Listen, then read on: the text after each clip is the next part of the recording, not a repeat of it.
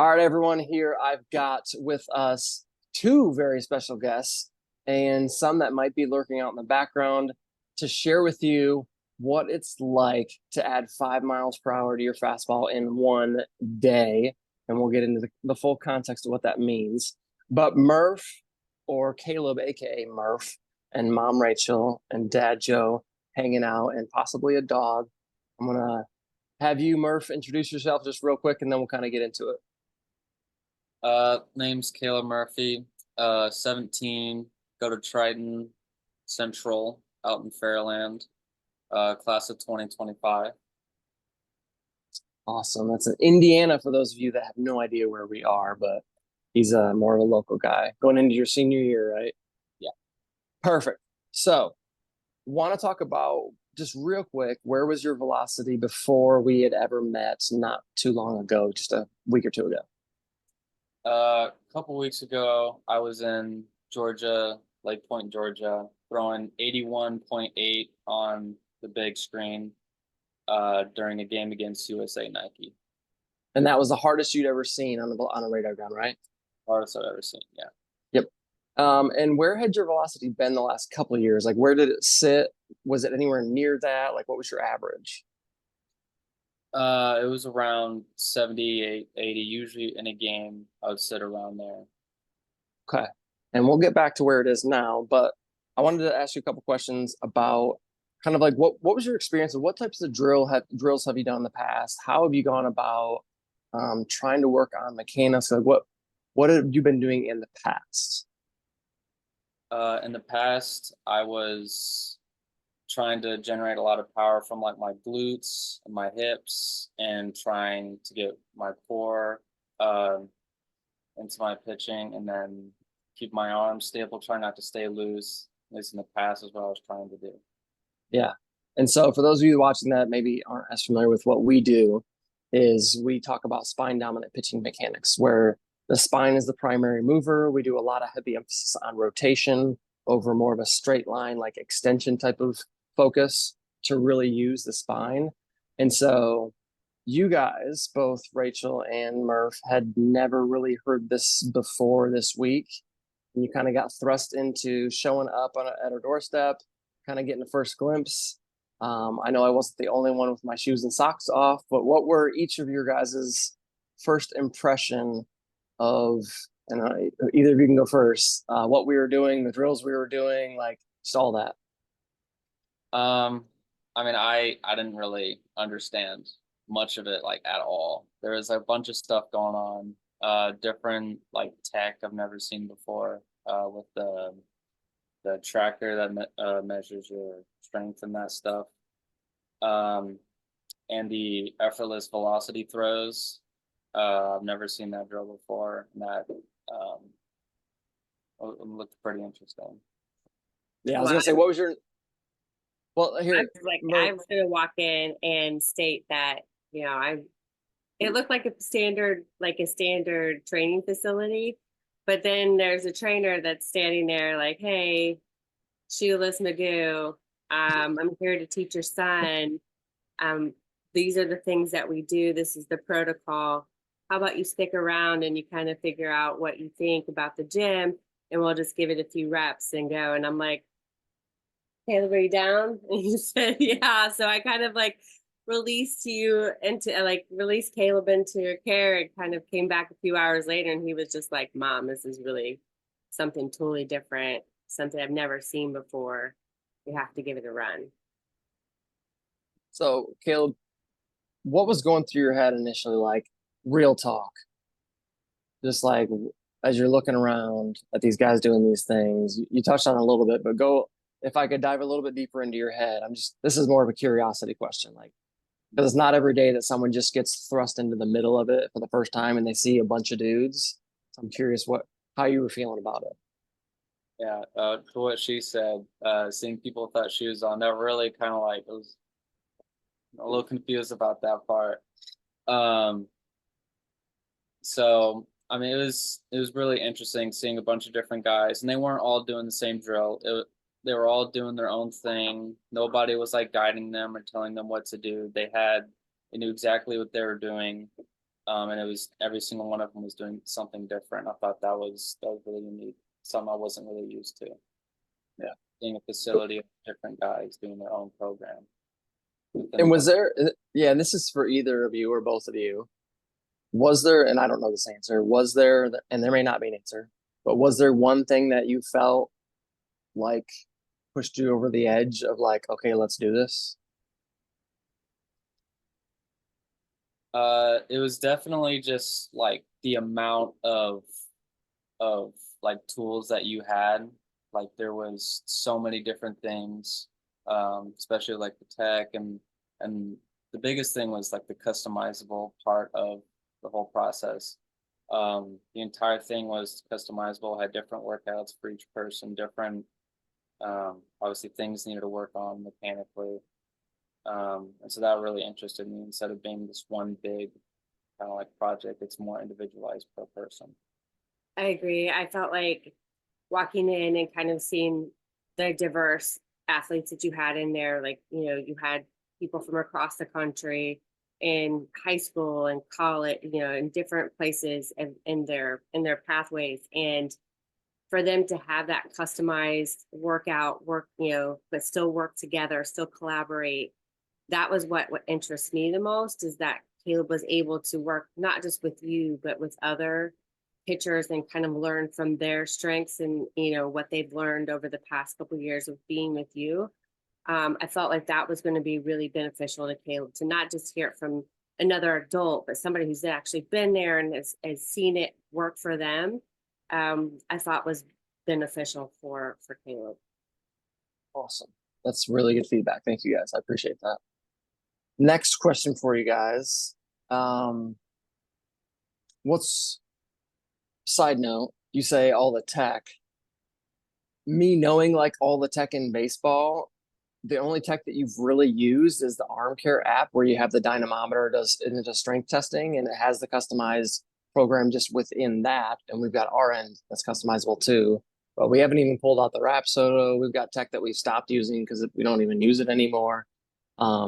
So I think a lot of people might hear that and be like, oh, wow, there's all this tech. And it's like, we have some pretty bare bones stuff. We use a dodgeball, a baseball. We do use the arm care dynamometer, but like past that, when people are like, well, what kind of, yeah, what kind of, what kind of equipment do we need? I'm like, well, technically all you need is a dodgeball for $10 at Walmart, something to throw at and something to throw with, and you got enough to start. And then if you can get some bands, that's great too. But I just thought that was funny little aside. But I love that you feel like we're just technologically super advanced and just using all this crazy, cool, fun whiz bang stuff. It could just be the journal aspect of it as well. It's like, woo, look at this whole new thing. Oh, man, I'm from like past, like I literally don't use like much at all. It's just, you don't use anything. Just bands, weighted balls. That was it. Plyos and bands. Let's talk about the weighted ball, the plyo stuff, real quick. And we haven't touched on it a ton, but you saw a bunch of other dudes in there. This is whether it's in person or remote. And what I tell guys is, it's not that I don't like plyo balls and I don't like weighted balls where they don't work. It's that there's so much we can do at a lower risk of injury to get you up to 90. And depending on your height, your weight, and some other numbers, like we can probably get you to low 90s before we ever have to think about using those things. So how is that different than what you've done in the past or even thought in the past? That's you. I mean, and you may be so fresh into it that you still don't even know, and that's fine. Yeah, I'm still learning. I'll have to say that for sure. But I kind of like that approach. It's more like, instead of using all these different weighted balls and all these different things, just learning how to generate power from like the ground up and like through your spine and hips, and instead of all these other things that aren't totally necessary. But yeah. I mean, from my perspective, he's always, always, it's been 24 hours.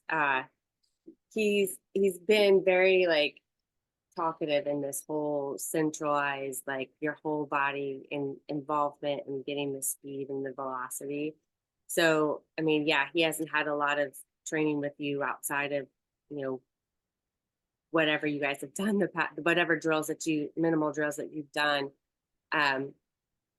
it's not, I know whatever he released today on the mound, he felt like it was smooth and it was easy, and it was, it wasn't with a lot of, I don't know how you say it, but he just felt like it was natural to him, and it made a lot of sense. And for him, I thought was like major strides and just him progressing naturally. So Love that. So talk about what was the drill? Because I remember you telling me that, and it kind of came up organically, where you said you felt like there was less stress on your arm. What was the drill you were doing? And then you kind of tell people about what you're doing, what you felt, and what was going on. So I can't remember the exact name of the drill, but it was more or less the concept of like getting your arm like perpendicular, because I feel like a lot of the times I'll try and go over the top, and it would put a lot of stress on my shoulder, my bicep right here, but just coming across like this, like having the follow through go across my body, it definitely released a lot of stress, and it was a lot like, effortlessly kind of didn't have much stress at all when I was here. Yep. And is that something you had dealt with historically a little bit here and there? Like, when did that flare up usually? It was at least after every time I started, there'd be a little bit of like bicep soreness, and a lot of time I'll put more stress on my arm. Didn't happen every single time, so it was spotty, I guess, but there was definitely a lot of times where have a bunch of stress on my arm from trying to go over the top. Yeah. And for those of you guys listening, with the arm care dynamometer, we're able to test 4 different arm strength components. So internal, external, grip, and then scaption strength, to see if there's an underlying physical strength or weakness component. And I was telling Kaleb today, it was just his first time, that the numbers always go up, but even where the numbers were at today and the first time testing it, he's in a good spot where guys don't get hurt. His percentages are right on where they need to be. So the fact that he was getting shoulder pain wasn't due to a weakness in his shoulder necessarily where he needs to do like arm strengthening shoulder exercises. Will continue to get stronger and stronger, but that wasn't the reason to have any type of bicep or shoulder issue. It was, and you're not the first person, and you won't be the last person, it was due to kind of trying to get over top. Throw that over there. Love it. Okay. That's a good pivot. We'll pivot on to the next question. Let's hear about what happened today. You hopped on the mound. You got to see a couple other guys in their velo day. You got to see Jordan, one of our D1 guys from out in California. He's a remote guy with us, been working with me for like 6 months now. He's been with us for a few weeks in person. He threw a 91.8. He PR'd, and you're like, hey, hardest I've ever thrown is 81.8. That's 10 miles per hour difference. And what happened when we turned the gun on in your first few warm-up throws? Starting to warm up like 82, 83 around my PR, where I was supposed to break today. I was starting to warm up with that. Pause. So what I remember seeing was, and we're at full distance. My intent was we're going to get videos from every angle. We're going to have you do 5 throws and just kind of like, we'll have the radar gun. Just who knows? We'll see where he's at. And I always give the context to all the guys getting around that, high five and all that stuff, and say whatever someone's PR is outside, you'll typically see 2 to 6 miles per hour difference inside. Usually slower. You don't have a catcher. You don't have the adrenaline and all that stuff. So you told me 82. I'm telling the guys anything from 76 to 80 is very normal. Anything lower or higher, whatever, it's just data. And I think one of the first throws was 80, and guys were like, oh, well, that'll work as a warm-up throw, because we're thinking that might be like where you top today. And then you're up to like 82, 83 in the first couple throws, and guys are like, what is this? And then what happened a few throws later? Started to heat up a little bit. Got up to 85 first, and then eventually I topped out at 86.8. What went through your head when that happened? I mean, I was just like, I was looking at it, I was a little bit confused because just a couple weeks ago it was like 81, 80, 5 or 6 mile per hour increase, just a couple of like just tweaks and as far as like the spine and the hips goes and just like thinking of it mentally, mental approach to it, just little things got up to 86.8. Yeah, and I actually just posted on my stories tonight, and we were talking about that before we started recording. I did a zoom in on the video of every player's reaction. We had like 5 different guys react. They're kind of smiling, and they're just like, "Whoa!" And I was able to zoom in on their faces, and I said, "Kaleb, you got to show your parents this because this is hilarious." And I've gotten probably 5 DMs from a bunch of players saying, "Oh my God, that's hilarious!" All right, I didn't tell you that, but like people are DMing me and have been all night, being like, "This is hilarious." Because of just all the reactions. And I'm sitting on the floor in front thinking like, we're just going to get a baseline rating, get some videos. And I can't see the radar gun and everyone's freaking out. I'm like, what happened? And they're like, we don't know what just happened. Is this real life? They're like, what is going on? And then everyone's giving Kaleb a hard time saying, oh, I only throw 82 miles per hour. And what I told everyone was like, I was surprised based on you telling me 82 and now you're almost at 87. I was like, oh yeah, that's different. But also I saw when you were doing the rotational broad jumps and I was thinking to myself, this dude's twitchy. He moves very fast and it looks like he's going to jump out of this facility.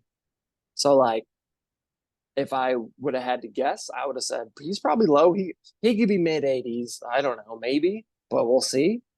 Because you're not 6'8" and 300 pounds of just pure muscle like me. Right. Yeah. So I would just, well, okay, he says 82, he says 81.8. And then to see that was nuts. And then if I recall, I'm pretty sure everyone within any distance that could see you noticed one thing wouldn't wash off your face. What was that, Mom? It's a big old smile. Uh-huh. I think it was still there until we got home like 5 hours later. It was pretty intense. Yeah. Yeah. How's it feel now? Like when we're like reliving it hours later, is it still kind of like, did it really happen? Is this real life? Yeah. I think it happened. You know. I wasn't there. I just heard about it and Yeah. then saw it and then saw it and saw it again. Yeah. That's awesome. That's crazy. That's crazy. Yeah, I mean, I felt pretty ridiculous. I won't lie. You sent me that message. He has something to tell you. And then he comes out and he's just like, as you say, gleaming like this huge smile. And you're like, okay. Because in my head, I'm like, okay, so we got 80, 82. Like, we're excited, right? Like we did the thing. And you're like, oh, no. I got 86 point blah, blah, blah. And I'm like, what? And as I told you, I was like, I'm pretty like not sure that's like, I mean, it's probably a glitch or it's like a thing. And you're like, no, that's not normal. And I'm like, oh, okay. What? So it's been like a kind of like a realization of like those little minor changes that he feels super on board with making and feels comfortable with. He was like, it's already like made progress and his confidence level has already risen just because of those strides. And we're excited to see what next steps are and kind of just follow his lead. So speaking of next steps, for those that are on the fence, player, so I guess Kaleb, if you want to speak to the player, and then Rachel, or even if Joe wants to pop in, if you guys want to talk to the parents, for someone that's on the fence and be like, I've seen some videos. Yeah, it looks like some guys are hitting a PR, or maybe I didn't even know that. Why don't they have their shoes on? Like, what's going on behind closed doors? Like, what would you say to someone that's on the fence and like, this is probably just another gimmick or some guru or instructor who like just wants to, I don't know, just get more players? It's different. It's totally different than like 99% of the guys out there. Workouts are different. The process is different. It's just a totally different program, and it's customizable for you, and it's not the same for everybody else. And you'll eventually get once you're part of the program, it'll just be completely customizable just for you. And I think that's really special. I mean, obvious effects, right? Like you want your child to do well in any steps, and you're searching through all these things to like give them the correct path to find themselves. And you know, we've been down a lot of different paths, and once we were talking about like how we're going to progress into his last final year of finishing his travel season and into his high school senior year, like what does that look like? And we were talking, and like some of his other teammates had gone through this this program as well, and we'd seen some progress from them as well, and we're like, we have nothing to lose but to try to jump in and find something that Kaleb can connect with. And in this short period of time, Kaleb has connected with the other guys that are there, maybe not as in depth as some of the other players, but you can tell he's like, we have the same goals. We're working toward the same thing. You're going to support me. I'll definitely support you. It's very collaborative in that capacity. And, you know, when he talks about tools, I think it's more of the fact that, you know, he gets to see the progress. You know, we were talking about this earlier, Scott, yesterday about they get to track their sleep, their health portion, like what they do on the dailies. And that to me is crucial, because trying to tell your teenage kid that you're not getting enough sleep or not getting enough nutrients, and they like track how those like increments are, or whatever those specs are, and then they see it and they feel it, and then you see the actions connect back to it. I feel like there's just so much data there that they can't ignore it. And so if it's laid out for them to see it and experience it, that's what was the big like check mark for me. Like, yeah, so it's like at least give it a go to see where it leads us. And in Kaleb's first 24 hours, you know, the strides have been immense, and his confidence level alone was worth the investment for us. That's awesome. I appreciate that feedback and transparency with everything. I couldn't help but keep hearing you say the strides he's taken, and we actually almost never talk about striding, which is ironic. But I just thought that was funny, little wordsmithing there. I have a little, I'm weird about those kind of things, but yeah, Kaleb and his strides are pretty funny. So I'm like, dude, you're left, you're right, you're down the middle. Where are you at? Where are we at? That's awesome. Well, was there anything else, any other tidbits or things you want to share with people that are watching? Well, I mean, okay, you said if anyone's on the fence about it, look, 5 mile an hour increase in a day and a half of healthy velo training is stupid. That's just dumb. That's not possible. But it happened, right? It happened. Everything you guys said was, I'm sure everybody loves to hear that stuff, but they want to hear about the velo increase. 5 mile an hour in a day and a half is stupid. I'm going to quote that. I'm going to cut that up. I'm going to plaster that everywhere. 5 miles per hour is stupid. Most people hope to get a 5 mile an hour increase in a year from Or one two. to the next would be big. Yeah. Thanks, Joe. Yeah. That's all I gotta say. I love that. Good thing Joe's here. Every good thing Joe's here. Arlo, Love add it. Anything else you guys want to add? I think I'm good. I think I'm good. All right. Well, everyone that's watching, stay tuned. Follow Kaleb, aka Murph, on his career trajectory. And if you guys need any more information on how to reach out to me, if you need to book a call, there should be in this video, or you can always reach out to me on a DM to book a call with me to see if the program's a good fit. It should be just right in the description of this video below, or if you're seeing it somewhere else, you can find it. Reach out to me so we can see if the Healthy Velo program is good for you guys. So thanks for tuning in. Thanks for you guys. And we'll see you in the next video.